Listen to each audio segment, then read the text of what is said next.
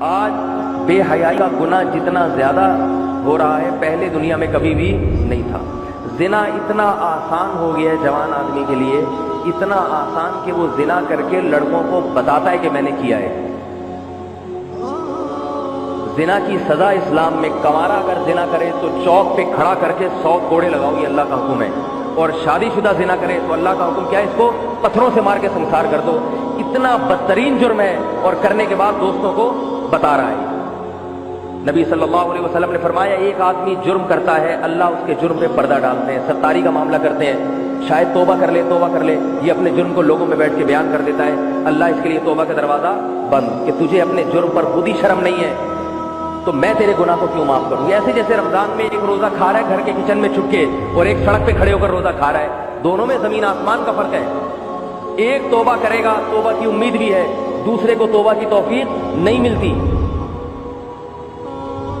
تو بھائی اس جرم سے توبہ کرو، زنا سے، لڑکیوں سے دوستیاں، فون پہ گپیں، انٹرنیٹ پر بیہودہ فلمیں، فحش چیزیں، یہ تمہاری جوانی کو بھی برباد کرنے والی چیزیں ہیں اور تمہاری آخرت کو بھی برباد کریں گی۔ یہ جو میں نے آیت پڑھی، اللہ تعالیٰ نے فرمایا وَلَا تَشْتَرُوا بِعَهْدِ اللَّهِ ثَمَنًا قَلِيلًا، اللہ سے تم نے جو معاہدے کیے ہیں چند ٹکوں کے بدلے میں اس معاہدے کو مت توڑو۔ کیا مطلب؟ توبہ کی ہے، چند ٹکوں کے بدلے میں بھی زنا مت کرو۔ زنا کی لذت تھوڑی دیر کی ہے، بچ جاؤ گے تو خدا بہت نوازے گا تمہیں، آخرت میں بہت نوازے گا۔ جو دنیا میں زنا کا جس کو موقع ملا اور وہ بچ گیا، اسے اللہ نے دنیا میں بھی نوازا ہے۔ حضرت یوسف علیہ السلام کو زنا کا موقع ملا، بچ گئے، کیسا اللہ نے نوازا، پوری سورہ یوسف نازل ہوئی ان کے اوپر۔ اور آج میں آپ کے سامنے جو بیٹھا ہوا ہوں، اس میں میرے والد صاحب کی ایک قربانی ہے۔ میرے والد صاحب امریکہ گئے، بالکل نوعمر نوجوان تھے، اتنا دینی ماحول سے وابستہ نہیں تھے، تو میں نے یہ والد صاحب سے نہیں سنا، وہ یہ واقعہ خود نہیں سناتے، والد صاحب کے کسی ذریعے سے میں نے یہ واقعہ سنا۔ کہتے ہیں کہ انہوں نے مجھے بتایا کہ آپ کے والد صاحب کے ساتھ یہ واقعہ ہوا، خوبصورت بھی تھے، جوان بھی تھے، امریکہ پہلی دفعہ جہاز گیا، شپ گئے، ایک خوبصورت جوان لڑکی نے زنا کی دعوت دی، جیسے کہ وہاں کھلے عام ہوتا ہے، وہ زنا کی دعوت دی تو تنہائی میں دیکھنے والا کوئی نہیں۔ کہتے ہیں مجھے بتانے والے نے بتایا کہ آپ کے والد صاحب نے کہا کہ مجھے اللہ کا خوف ہے، چھوڑ دیا۔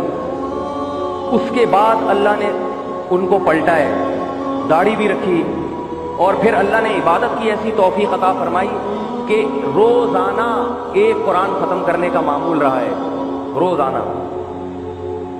اور جب دادا کا ہمارے انتقال ہوا تو میرے والد صاحب نے ان کے لیے 1000 مرتبہ قرآن پڑھا ہے خود۔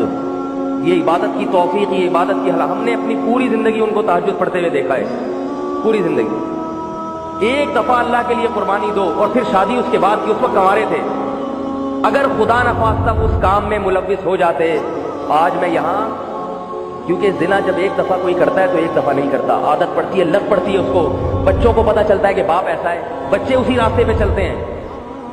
اپنے خاندان کو، اپنے گھر کو، اپنی اولادوں کو بچاؤ میرے بھائی۔ اگر کسی سے یہ جرم ہو گیا ہے، آج توبہ کے دروازے کھلے ہوئے ہیں، گڑ گڑائے اللہ کے سامنے، گڑ گڑائے روئے، اللہ آج معاف کرنے کے لیے تیار ہے، اللہ کل معاف کرنے کے لیے تیار نہیں ہوگا۔ جب حدیث میں آتا ہے ان اللہ یقبل توبۃ عبدہ ما لم یغرغر، جب تک موت کا وقت نہیں آتا اللہ توبہ قبول کرنے کے لیے تیار ہے۔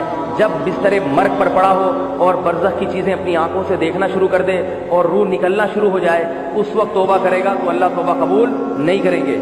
فرعون کو کتنی مہلت دی ہے، لیکن جب سمندر میں غوطہ لگا فرعون نے بھی توبہ کر لی، مگر اللہ نے اس کی توبہ کو قبول کر لیا میرے بھائی؟ نہیں کیا۔ اس سے پہلے پہلے آ جاؤ، 100 انسانوں کے قاتل کی اللہ نے توبہ قبول کی ہے، 100 مرتبہ کسی نے زنا کیا ہے، آج اللہ توبہ قبول کرنے کے لیے تیار ہے، بشرطے کہ اللہ سے یہ معاہدہ کر لو، اے اللہ آئندہ نہیں کروں گا، آئندہ نہیں کروں گا۔ اور اللہ کی رحمت، اللہ کہتے ہیں کہ اس جرم کو چھپاؤ، میں نے بھی چھپایا، تم بھی چھپا دو، نہ بتاؤ کسی کو۔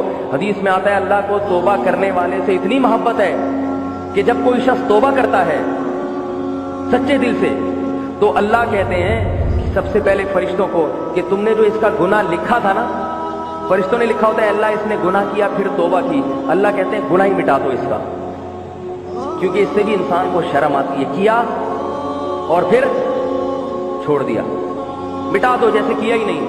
جس زمین پر گناہ کیا ہوتا ہے وہ زمین گواہ بنتی ہے، اللہ اس زمین کو کہتے ہیں کہ اس گناہ کو بھول جاؤ۔